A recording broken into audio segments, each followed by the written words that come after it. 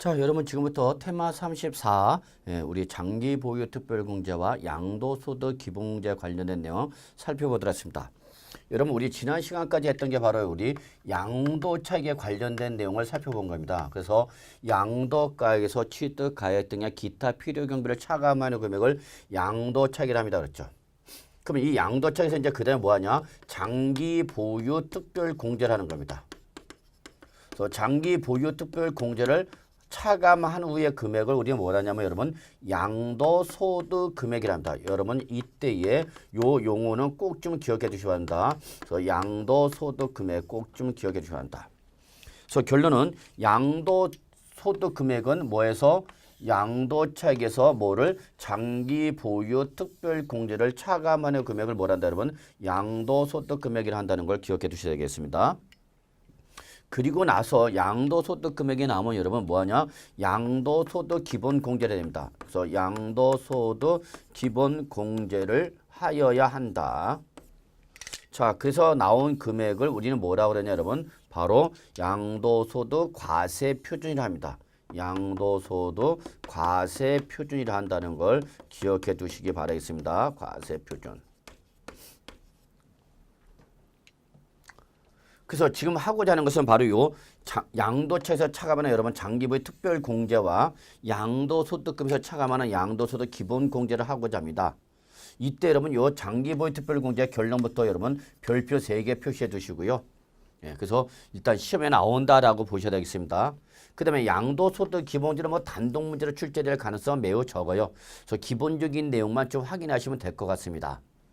그러면 일단 양도차에서 차감하는 장기 보유 특별 공제에 관련된 내용 살펴보죠. 자, 우리가 장기 보유 특별 공제에서 정리할 건 두 가지입니다. 일단 기본적으로 첫째가 공제 대상입니다. 자, 즉 누구한테 장기 보유 특별 공제 줄 거냐 그 얘기죠, 여러분. 둘째, 그러면 공제 대상이면 얼마를 공제 줄 거냐 공제 금액에 관련된 내용을 결정을 하셔야 됩니다. 이때 여러분 둘 중에 어디가 더 중요하냐라고 말씀드린다면 역시 세법은 계산하는 것이 가장 중요하니까 공제 금액이 제일 중요한 거죠. 그 다음에 공제 대상이 별표 2개인 거죠. 자, 그러면 일단 보십니다. 공제 대상은 여러분 장기 보유 특별 공제 대상은 크게 두 가지로 나눠집니다.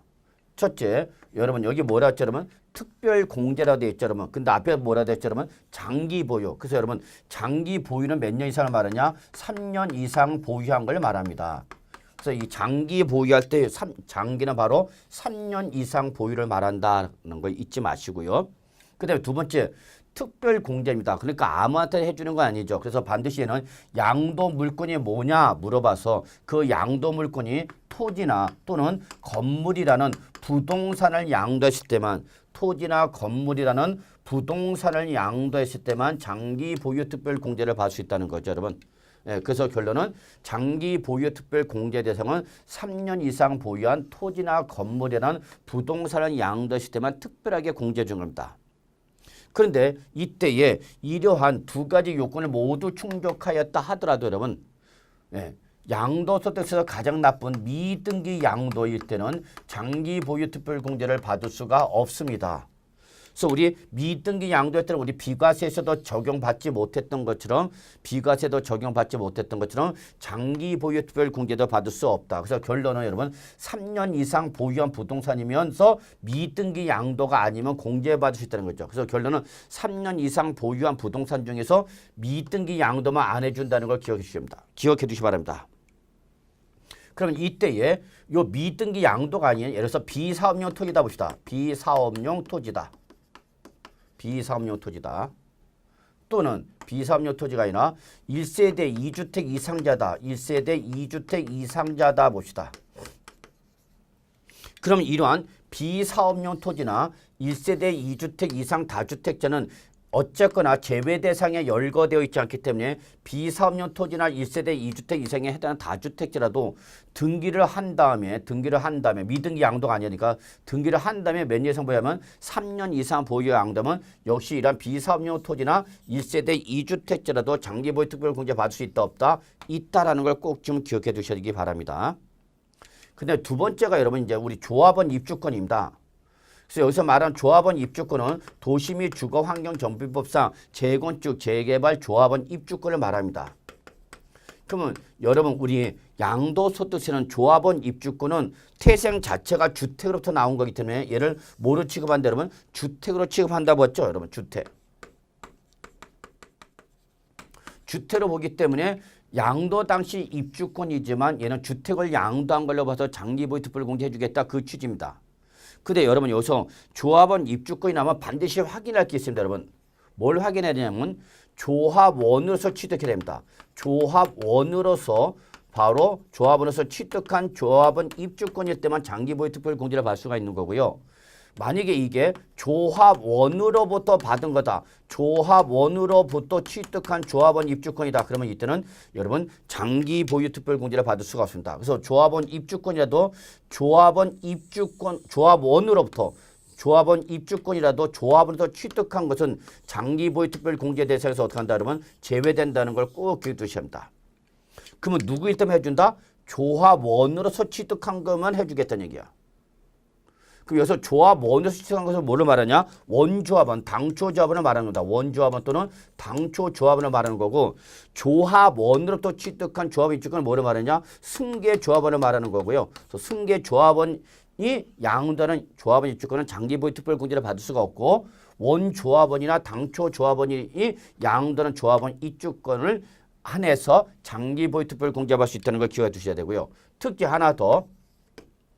이때 조합원으로서 즉 원조합원 당초 조합원에서 취득한 조합원 입주권을 양도하는 거라도 여러분 양도 차익 전액에 대해서 공제를 해주는 것은 아니고요. 이때는 도시 및 주거환경정비법상 관리처분계획 인가전 양도 차익으로 한정해서만 장기 보유 특별 공제를 받을 수 있다. 관리처분계획 인가전 양도 차익으로 한정해서만 우리 장기 보유 특별 공제를 받을 수 있다는 걸 꼭 좀 기억해 두시기 바라겠습니다, 여러분.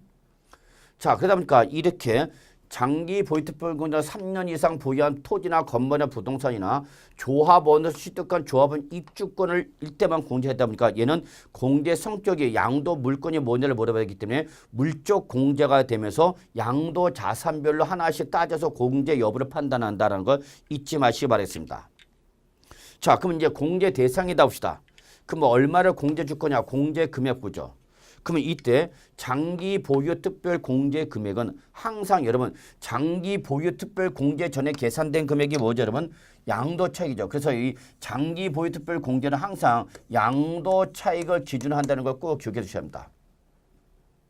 그래서 장기 보유 특별 공제 금액은요. 장기 보유 특별 공제 금액은 양도 차익 곱하기 바로 보유 기간별 공제율, 보유 기간에 따른 공제율을 곱하게 됩니다. 공제율. 그래서 여러분 이때 결론 장기 보유 특별 공제 금액은 양도 차익 곱하기 보유 기간별 공제율 두 가지라는 걸 잊지 마시기 바랍니다. 그러면 이때 여러분 이 출전 이걸 살짝 말을 바꿀 수 있어요. 양도 차익을 출전을 살짝 요걸 뭐로 바꿀 수 있냐? 양도 가액으로 바꾸거나 또는 뭐로 취득 가액으로 바꿀 수 있다는 걸 기억해 두셔야 되겠습니다. 그래서 양도 가액이나 취득 가액도 아니고 양도 가에서 취득 가액 차감하면 뭐다 여러분? 양도 차익이라는 거 잊지 마시고요. 여기다가 보유 기간에 따른 뭐를 곱한 거다? 공제율을 곱한 거다. 근데 여러분 이때의 이 공제는 여러분 두 가지로 구성됩니다. 그래서 원칙 무조건 장기 보유 특별 공제는 여러분 그냥 보유 연수 곱하기 연수 월은 고려하지 않습니다. 연만 고려해갖고 1년당 기본이 무조건 3%입니다. 그래서 3%다. 1년당 몇 프로다? 3%다는 걸 꼭 기억해 두셔야 합니다. 그러면 4년을 보유했다. 4년 보유했다. 그러면 4년 8개월이다. 그러면 4년 곱하기 3%가 12%다. 그겁니다. 자, 8년 9개월이다. 그럼 8년 곱하기 3%니까 바로 38에 24%라는 얘기죠, 여러분. 근데 이때의 이 공제는 여러분 무제한으로 공제를 해주는 것은 아니고요. 30%까지만 맥시멈으로 해준다.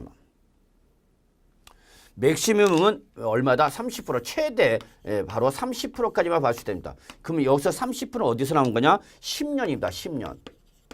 그러면 내가 토지를 양도했는데 12년을 보유 양도했다. 12년 보유 양도했다. 그래도 10년으로 묶어버리겠다는 거예요. 그래서 몇 프로? 30%까지 해주겠다는 얘기죠.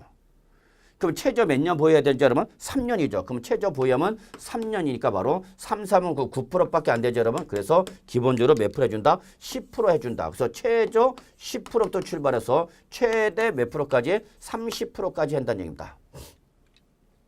근데 예외적으로 1세대 1주택입니다.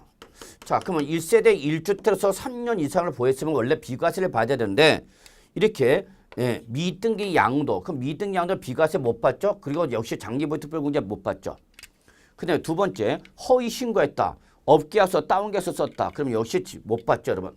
자, 그다음에 우리 세 번째,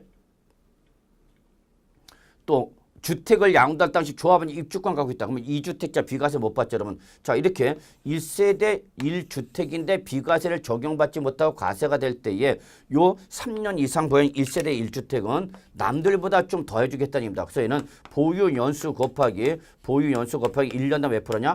8%입니다, 여러분. 8%. 그래서 여러분 요 8%꼭 기억해 주십시오. 그래서 여러분 이 공제를 장기보유 특별공제는 3%, 8%. 그래서 3%가 기본이고 예외적으로 1세대 1주택이 하나 때 8%다는 거죠. 물론 이때 8% 하되 최대 몇 년으로 한다 여러분? 10년. 그래서 몇 프로까지만 해준다 여러분? 80%까지만 해준다는 것을 꼭 좀 기억해 두시기 바라겠습니다. 자, 그 다음에 우리 적용 방법에 보시면 여러분, 자, 비과세 요건 충족한 고가주택 역시 비과세 받지 못하죠, 여러분. 자, 이렇게 고가주택에 대한 비과세를 받지 못해서 과세가 될 때에 그 장기보유특별공제 금액도 여러분 역시 양도 차익에서 안분 계산했던 것처럼 장기보유특별공제도 안분해서 공제받는다는 걸 잊지 마시고요. 그 다음에 무조건 일단 외우셔야 되는데 증여 2월 과세 규정을 적용할 때는 이때는 증여받은 날 기준이 아니라 여러분 증여자의 당초 취득력도 보유하는 계산한다는 거 잊지 마시고요. 특히 꼭 기억할 것이 조합원 입주권은 여러분 여기 잠깐 볼까요? 조합원 입주권은 관리처분 계획 인가전 양도차익으로 한정합니다. 그렇죠, 여러분.